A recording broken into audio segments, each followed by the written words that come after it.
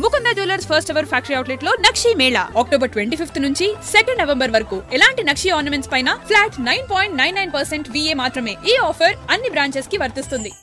డబ్బంటే ఎవరికి ఆశ ఉండదు కదా. ఎవరైనా సరే డబ్బులు పుక్కట్నే వస్తున్నాయంటే ఖచ్చితంగా తీసుకుంటారు. కానీ ఎవరైనా సరే కష్టపడండి అంటే మాత్రం కష్టపడడానికి ఆలోచిస్తారేమో కానీ డబ్బు మాత్రం ఫ్రీగా వస్తుంది. ఏదైనా మాయ చొంబు కానీ లేకపోతే ఎక్కడైనా దొంగతనం చేయాలంటే మాత్రం ఎనర్జీ కూడా అంతే లెవెల్లో వస్తుందని చెప్పొచ్చు. అయితే ఇక్కడ మాయ చొంబు అని ఎందుకన్నానంటే మనం చాలాసార్లు సినిమాలో అనేక సందర్భాల్లో చూస్తుంటాం. ఒక చొంబులో కానీ లేకపోతే ఒక పెట్టెలో కానీ బిందెలో కానీ ఎన్నో దాంట్లో అక్షయ పాత్ర అంటూ కూడా వింటూ ఉంటాం. అయితే ఒక మాయ చొంబులో డబ్బులు వేస్తే రెట్టింపు డబ్బులు వస్తాయంటూ కూడా కొంతమంది కేటుగాళ్ళు ఒక మహిళను, అది కూడా హై ప్రొఫైల్ ఉన్న మహిళను మోసం చేసి 1.50 కోట్లు దోచుకున్నారు. ఏంటి షాక్ అవుతున్నారా? వివరాల్లోకి వెళ్తే గనక విశాఖపట్నంకి చెందిన 3 వ్యక్తులు ఒక డాక్టర్ని మోసం చేశారు. వాళ్ళ దగ్గర ఒక మాయ చొంబుందని, దాంట్లో డబ్బులు వేస్తే రెట్టింపు అవుతాయని, కానీ దానికి కొంత పెట్టుబడి పెడితేనే ఆ చొంబు వర్కౌట్ అవుతుందని కూడా తనకి చెప్పారు. ఆ డాక్టర్ కూడా మరి ఏమైందో ఏంటో తెలియదు, కానీ తను చదివిన చదువు లేకపోతే తనకున్న తెలివితేటలు ఎట్టిపోయాయో. ఎన్నో అప్పులు చేసింది, ఎన్నో చేసి తనకున్న ఆస్తిలో కూడా కొంచెం అమ్మేసి మరి దాదాపుగా 1.50 కోట్లు. ఇక్కడ వేలు కాదు, లక్షలు కాదు, కోట్లంటే మాటల. ఎంతో మందికి డబ్బంటే ఆశ ఉంటుంది, కానీ మరి ఇంతలా ఏది చేసినా సరే అంటే ఇప్పుడున్న ఆధునిక కాలంలో కూడా ఈ మాయా చొంబులు ఉన్నాయంటే నమ్మశక్యంగా ఉందా అని ఒక్కసారి కూడా ఆలోచించకుండా ఆ 3 చెప్పిన అన్ని మాటలు కూడా నమ్మేసి తన దగ్గర ఉన్న డబ్బు మొత్తం ఇచ్చేసింది. ఆ 3 కూడా అసలు ఎప్పుడైతే డబ్బులు ఇచ్చిందో అప్పటి నుంచి అసలు పత్తా లేకుండా పోయింది. వాళ్ళు తన దగ్గర ఒక్కటే కాకుండా ఇంతకుముందు అనేక సందర్భంలో అనేక మంది దగ్గర ఇలా మోసం చేశారని వార్తలు కూడా విన్నాం. కేవలం వీళ్ళే కాకుండా ఇతర రాష్ట్రాల్లో కావచ్చు లేకపోతే దేశాల్లో కావచ్చు చాలా మట్టుకు రోజు కూడా వార్తలు వస్తున్నాయి. కొన్ని అనేక స్కీమ్ల ద్వారా, స్కామ్ల ద్వారా డబ్బులు పోతున్నాయి. పెట్టుబడి పెట్టే ముందు ఖచ్చితంగా ఆలోచించుకోండి, 1కి 2 సార్లు అంటూ కూడా ఇటువైపు సైబర్ క్రైమ్ అధికారులు చెప్తున్నా కూడా అసలు వినకుండా అత్యాశకి పోయి డబ్బులు ఉన్నది కూడా పోగొట్టుకున్నారు. ఇక్కడ మనకు ఒక పాట కూడా గుర్తుకొస్తుంది, ఉన్నది కాస్త ఊడింది సర్వమంగళం అయ్యింది అని. అంటే ఎందుకు సినిమాల్లో చూపిస్తున్నారు, నిజ జీవితంలో జరుగుతున్నాయి, చాలా వరకు మీడియా కూడా చెప్తూనే ఉంది, పోలీసులు కూడా అవేర్నెస్ తీసుకొస్తున్నారు. అయినా కూడా చాలా మంది కూడా అత్యాశకి పోయి ఉన్నది కూడా పోగొట్టుకుంటున్నారు. లాస్ట్కి లబో దిబో అంటున్నారని చెప్పచ్చు.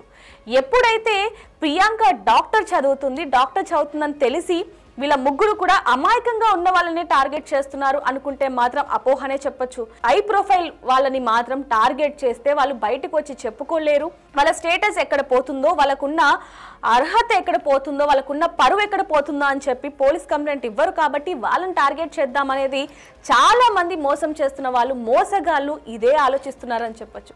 ఇదే తరహాలో ఎంతో మందిని కూడా మోసం చేశారు. అయితే ప్రియాంక విషయానికి వచ్చేసరికి అరకులో ఉంటున్న వీళ్ళ 3 కూడా ప్రియాంకకి పరిచయం అయ్యారు. దగ్గరైన తర్వాత తమ దగ్గర ఒక చెంబు ఉందని, ఆ చెంబుకి ఎన్నో పూజలు చేశామని, ఆ చెంబులో ఎన్నో మాయా శక్తులు ఉన్నాయి, డబ్బులు వేస్తే రెట్టింపు అవుతాయనేది నమ్మించారు. ఆ చెంబు విలువ కూడా 2 కోట్లకి పైగే పెట్టారు. ఆ 2 కోట్లకి మించి కనుక మీరు మాకు డబ్బులు ఇస్తే ఆ చెంబు మీ సొంతం, కాకపోతే ముందుగానే మాకు సగం డబ్బులు ఇవ్వాలి అంటూ కూడా 1.50 కోట్లు తీసుకున్నారు. తీసుకున్న తర్వాత అనేక సందర్భాల్లో కూడా అనేక సార్లు ఎక్కడ చూసినా సరే తను ఫోన్ చేస్తూనే ఉంది వాళ్ళకి. ఎవరైతే ఈ కుట్రకి పాల్పడ్డారో వీళ్ళ 3కి కూడా ఫోన్ చేస్తూనే ఉంది, కలవటానికి వెళ్తుంది. అయినా కూడా వాళ్ళ జాడ లేదు, వాళ్ళ పత్తా కూడా లేదు. ఏం చేయాలో తెలియక కొద్ది రోజులు ఎవరికి చెప్పుకోలేక తనలో తనే నరకయాత్ర అనుభవించిందని చెప్పొచ్చు. ఎందుకంటే కష్టపడి సంపాదించిన డబ్బు కదా. సో తను ఇంకా అదంతా కూడా జీర్ణించుకోలేక హుటాహుటిన పోలీస్ స్టేషన్కి వెళ్ళి కంప్లైంట్ ఇచ్చింది. అప్పుడు కానీ ఈ భాగోతం మొత్తం కూడా బయటపడలేదు. పోలీసులు వెంటనే వివరాలన్నీ కూడా తీసుకొని వాళ్ళని అరెస్ట్ చేశారు. వాళ్ళ దగ్గర నుంచి కొంత డబ్బుని అలాగే ఒక కార్ని కూడా స్వాధీనం చేసుకున్నారు.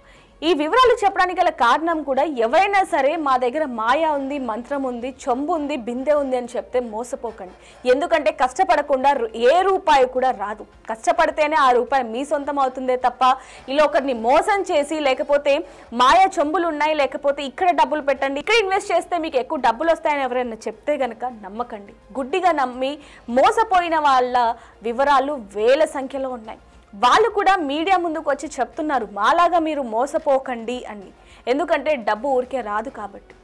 ఇంత చెప్తున్నా కూడా చాలా మంది అత్యాశకి పోయి ఈ విధంగా మోసపోతున్నారు అంటే ఏం చేస్తాం? అందులో నిరుపేద కుటుంబాలు కూడా కాదు, బాగా ధనవంతులే. డాక్టర్గా ఉన్న ప్రియాంక కూడా మోసపోయిందంటే ఏం చెప్తాం?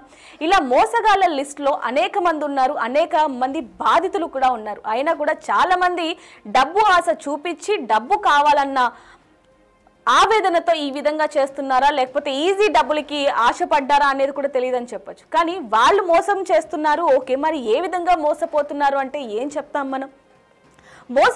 మోసం చేసే వాళ్ళది ఎంత తప్పు ఉందో మోసపోయిన వాళ్ళది కూడా అంతే తప్పు ఉందని చెప్పొచ్చు. ఎందుకంటే డాక్టర్గా ప్రియాంక ఎన్నో ఏళ్ల నుంచి కూడా తన వృత్తిని కంటిన్యూ చేస్తుంది. అయినా కూడా డబ్బులు ఊరికే రావు, కష్టపడితేనే వస్తాయన్న చిన్న లాజిక్ తను ఏ విధంగా మర్చిపోయింది అనేది ఇప్పటి వరకు కూడా అర్థం కాని ప్రశ్న అని చెప్పొచ్చు. కానీ అత్యాశకి పోయి డబ్బులు పోగొట్టుకోకండి. కష్టపడితేనే డబ్బు వస్తుంది కాబట్టి మీ కష్టాన్ని చూపించి డబ్బులు తెచ్చుకోండి, కానీ ఈ విధంగా ఈజీ మనీకి అలవాటు పడి మాత్రం మోసపోకండి.